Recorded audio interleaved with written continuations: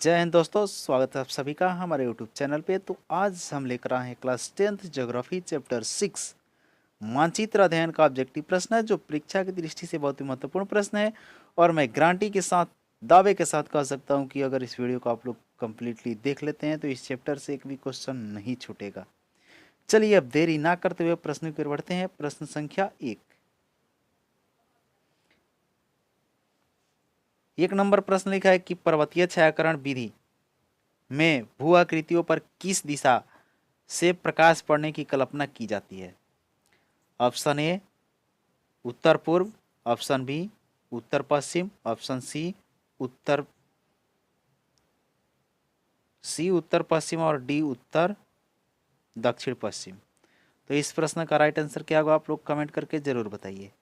तो इस प्रश्न का राइट आंसर हो जाएगा उत्तर पश्चिम, यानी कि सी राइट आंसर हो जाएगा। अगले क्वेश्चन की ओर बढ़ते हैं। क्वेश्चन नंबर 2 नंबर प्रश्न लिखा है कि उचाज प्रदर्शन के लिए हैसीर विधि में किसने किया था, यानी कि यह उचाज प्रदर्शन के लिए हैसीर विधि का विकास किसने किया था। Option A Gutenberg, B A Lehmann, C Geiger और डी रिक्टर।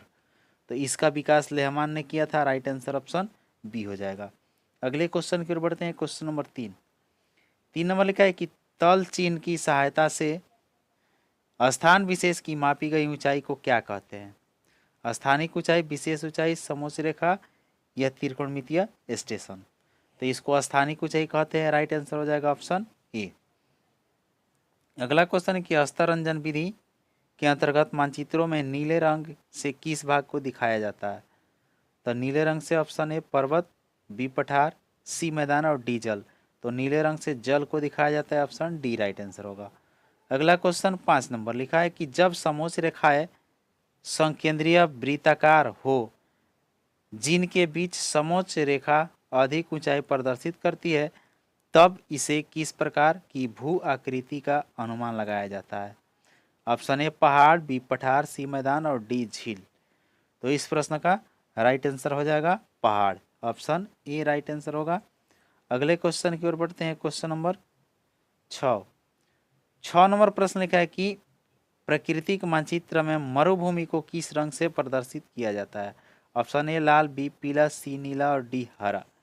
तो मरुभूमि को पीला रंग से प्रदर्शित किया जाता है। ऑप्शन बी राइट आंसर होगा। अगला क्वेश्चन है कि किस स्थलाकृति को प्रदर्शित करने के लिए कंटूर रेखा द्वारा गोल या चौकोर आकृति बनाई जाती है, उनके बीच में दूर तक खाली जगह छोड़ी जाती है। ऑप्शन ए पहाड़, बी पठार, सी जलप्रपात और डी नदी घाटी। तो इस प्रश्न का राइट आंसर हो जाएगा पठार। ऑप्शन बी राइट आंसर हो जाएगा।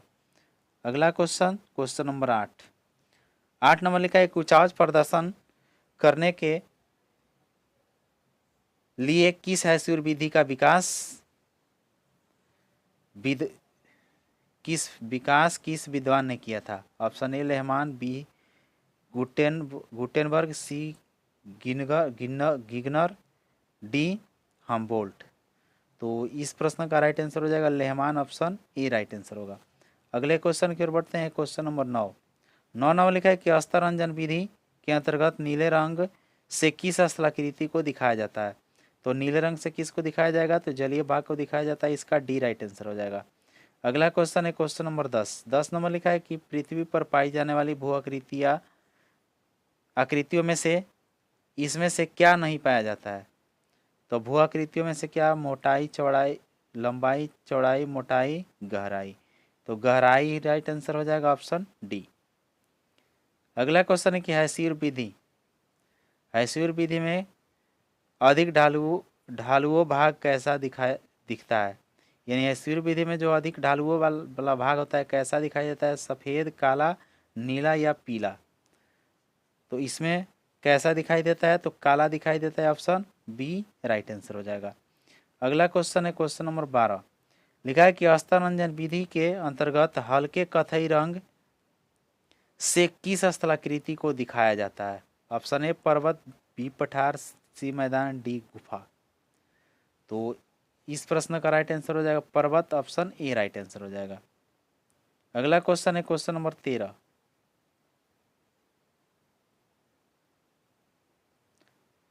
13 नंबर लिखा है कि अस्तर रंजन विधि के द्वारा बर्फीले क्षेत्र को किस रंग से दिखाया जाता है।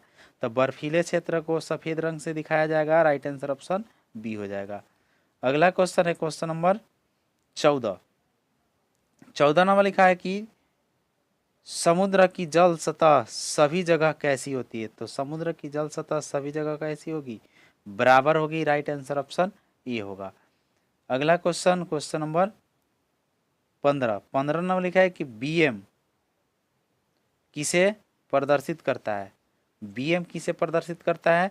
बीएम का मतलब होता है बेंचमार्क, ठीक है। बीएम का पूरा नाम क्या होता है, बेंचमार्क यानी कि तल चिन्ह, हिंदी में इसको कहेंगे तल चिन्ह।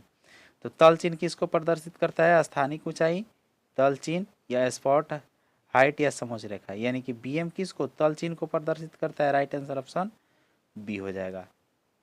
अगला क्वेश्चन है कि समोच्च रेखा द्वारा क्या प्रस्तुत किया जाता है।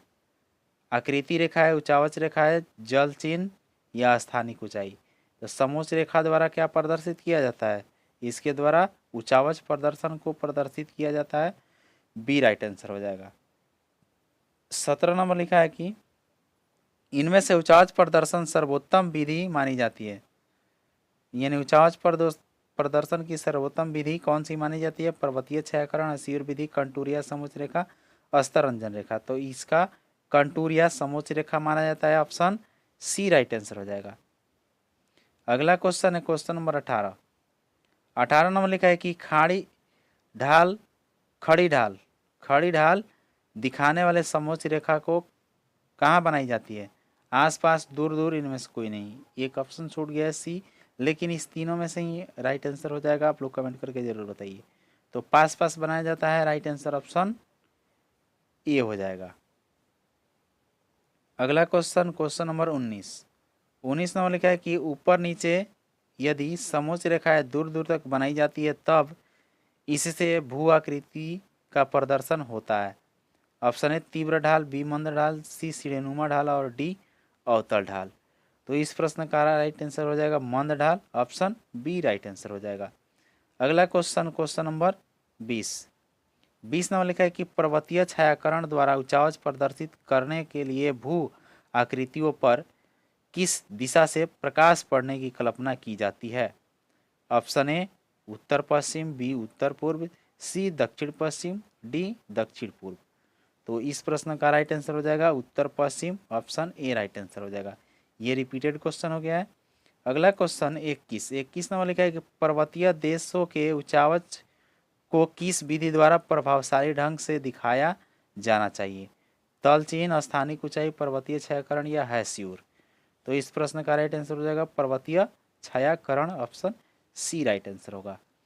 अगला क्वेश्चन है क्वेश्चन नंबर 22।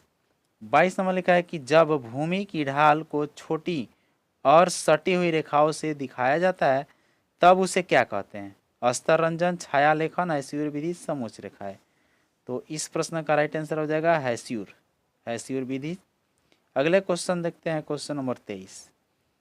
23 नंबर लिखा है कि आकार की समोच्च रेखाएं, आकार मतलब भी आकार की, ठीक है, यहाँ पे भी होना चाहिए। भी आकार की समोच्च रेखाएं किस स्थलाकृति को प्रदर्शित करने के लिए खींची जाती है, पठार, बहुकुट, ज्वालामुखी या झील। तो पठार को नहीं, ज्वालामुखी को नहीं, झील को नहीं, तो बहुकुट को, यानी कि याद रखना इससे नदी को प्रदर्शित किया जाता है। भी आकार से नदी को प्रदर्शित किया जाता है। अगला क्वेश्चन क्वेश्चन नंबर 24 नंबर लिखा है कि छोटी महीन एवं खंडित रेखाओं को ढाल की दिशा में खींचकर उचावच प्रदर्शन की विधि को क्या कहा जाता है, अस्तर रंजन, पर्वतीय छायाकरण, हैस्यूर या तल चिन्ह। तो इस प्रश्न का राइट आंसर हो जाएगा हैस्यूर, यानी कि ऑप्शन सी राइट आंसर हो जाएगा। अगला क्वेश्चन है क्वेश्चन नंबर 25 नंबर लिखा है कि छोटी मापनी मानचित्रों में उचावच प्रदर्शन के लिए किस विधि का सहारा लिया जाता है, अस्तर रंजन, हैस्यूर विधि, तल चिन्ह या पर्वतीय छायाकरण विधि। तो इस प्रश्न का राइट आंसर हो जाएगा पर्वतीय छायाकरण विधि। ऑप्शन डी राइट आंसर होगा। 26 नंबर प्रश्न लिखा है कि कौन विधि उचावच प्रदर्शन की विधि नहीं है। ऑप्शन ए हैस्यूर, बी समोच्च रेखा, सी अंक विधि और डी रंग विधि। तो अंक विधि राइट आंसर हो जाएगा इसका। अगला क्वेश्चन है क्वेश्चन नंबर 27। 27 नंबर लिखा है कि तल चिन्ह के संदर्भ में किसी स्थान की मापी गई ऊंचाई को क्या कहा जाता है? स्थानिक ऊंचाई, पहाड़, बेंचमार्क या पठार तल। तो राइट आंसर हो जाएगा स्थानिक ऊंचाई, ऑप्शन ए राइट आंसर हो जाएगा। तो ये था आज का 27 सब्जेक्टिव प्रश्न चैप्टर 6 से, जो बहुत ही इंपॉर्टेंट प्रश्न है। और इस वीडियो को कम्प्लीटली यदि तैयार कर लेते हैं तो इससे एक भी क्वेश्चन परीक्षा में नहीं छूटने वाला है। और इसको लाइक ज़रूर कर दीजिए, दोस्तों के साथ शेयर कर दीजिए। धन्यवाद। जय हिंद, जय भारत, जय बिहार।